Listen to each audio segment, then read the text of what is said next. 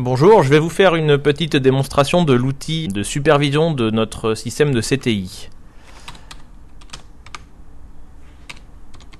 Alors, on se logue sur une interface extranet qui est accessible depuis n'importe où, et on accède immédiatement à l'interface temps réel. Alors, cette interface est divisée en deux parties. Une première partie ici dans la partie supérieure de l'écran qui décrit les différentes files d'attente dans laquelle peuvent se trouver les appelants, et puis dans la partie inférieure de l'écran ici, chacun des opérateurs qui est actuellement en poste sur le plateau. Alors, on voit qu'il y a une espèce de code couleur en fait. Chaque file d'attente, service commercial, service administratif, support technique se voit attribuer une couleur par le système. Et en fonction de la configuration qu'on a fait, chaque opérateur appartient à une ou plusieurs files d'attente. Et donc on retrouve ici, dans le coin de chaque opérateur, les couleurs qui correspondent aux files d'attente dans lesquelles il se trouve. Alors, les opérateurs qui sont en grisé comme ici, ce sont des opérateurs qui sont indisponibles. L'indisponibilité peut être mesurée de plusieurs façons différentes. En l'occurrence ici, il s'agit du fait que le téléphone IP de l'opérateur est en ligne ou non. Donc les opérateurs sont par défaut en noir quand ils sont non connectés, ou ici en plus clair lorsqu'ils sont actuellement en communication. Alors pour revenir sur la partie file d'attente dans la partie supérieure de l'écran, donc on voit apparaître une ligne par appel en attente. Lorsqu'il y a un petit téléphone ici, ça signifie que cet appelant est en communication avec un opérateur. Ici on voit le temps depuis lequel il est en communication. Et s'il n'était pas en communication, on verrait le temps depuis lequel il est en attente. On a au bas de chaque box des détails statistiques sur l'état général de la file d'attente. Donc on voit qu'il y a une attente moyenne dans le service administratif qui est actuellement de 31 secondes, une durée moyenne en communication de 2 minutes 48. Le système calcule donc qu'il va y avoir un nouvel appel à prendre toutes les 4 minutes 46 secondes. Alors tout ça évidemment est mis à jour en temps réel lorsque les appels se passent. Pour revenir au panneau supervision des opérateurs, on voit évidemment le nom de chaque opérateur. Alors là c'est très intéressant, on a un appel qui sonne, voilà. Donc on avait un appel qui vient d'arriver sur la file d'attente jaune, c'est-à-dire le service commercial. Donc on a vu que ça a clignoté un instant, et puis là maintenant l'appel est en cours depuis une douzaine de secondes. Alors on voit au niveau de la partie supérieure de la box de chaque opérateur le TMC, c'est-à-dire le temps moyen de connexion, qui nous permet d'avoir un coup d'œil rapide sur la performance actuelle de l'opérateur.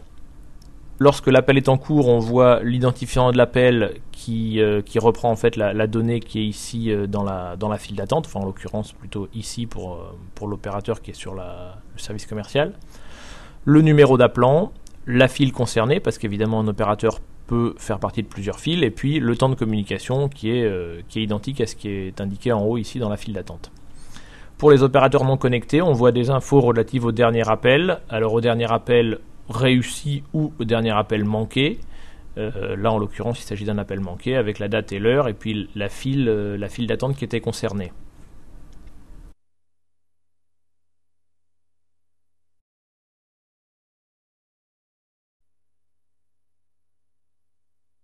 Alors nous sommes maintenant dans l'interface de gestion offline du service de CTI. Alors en l'occurrence, il y a un certain nombre de rubriques. Alors les rubriques importantes au niveau de la configuration, ce sont les groupes et les opérateurs. Alors au niveau des opérateurs, c'est assez simple, hein. On voit la liste des opérateurs, on choisit un opérateur. On voit tous les détails relatifs à cet opérateur, son login, son mot de passe si on veut gérer du login pour chaque opérateur, et surtout les paramètres qui permettent de choisir comment on va permettre à cet opérateur de se connecter au système. Alors là en l'occurrence c'est un opérateur qui utilise un poste SIP, donc on voit ici la liste des postes SIP disponibles pour le client. On choisit le poste concerné. et c'est aussi simple que ça. On a la possibilité d'enregistrer les conversations, alors soit au niveau d'un opérateur en cochant la case ici, soit au niveau d'un groupe comme on va le voir un petit peu après, ou enfin à l'échelle d'un numéro d'appel complet. Alors les groupes, c'est tout simplement les files d'attente tels qu'on les a vus tout à l'heure dans l'interface de supervision. Alors par exemple le groupe service commercial qu'on a vu tout à l'heure. Ici on voit la liste des opérateurs qui en sont membres. On peut décider de la stratégie d'appel sur ce groupe. Alors il y a plusieurs choix fixes, les appels arriveront toujours au premier, puis au deuxième, puis au troisième si le premier est occupé, si le deuxième est occupé. Random, les appels sont distribués aléatoirement. Tournante, les opérateurs sont sollicités dans l'ordre, le premier, puis le deuxième, puis le troisième, et on revient au premier lorsqu'on est arrivé au bout. Moins sollicité, ça va chercher l'opérateur qui a eu le moins d'appels récemment pour lui envoyer l'appel. Et broadcast, on fait sonner tous les postes en même temps. Donc ici on peut modifier l'ordre des opérateurs, ce qui est pertinent pour suivant la stratégie d'appel choisie en fait. On peut décider d'enregistrer les communications à l'échelle du groupe, comme on l'a vu tout à l'heure pour l'opérateur.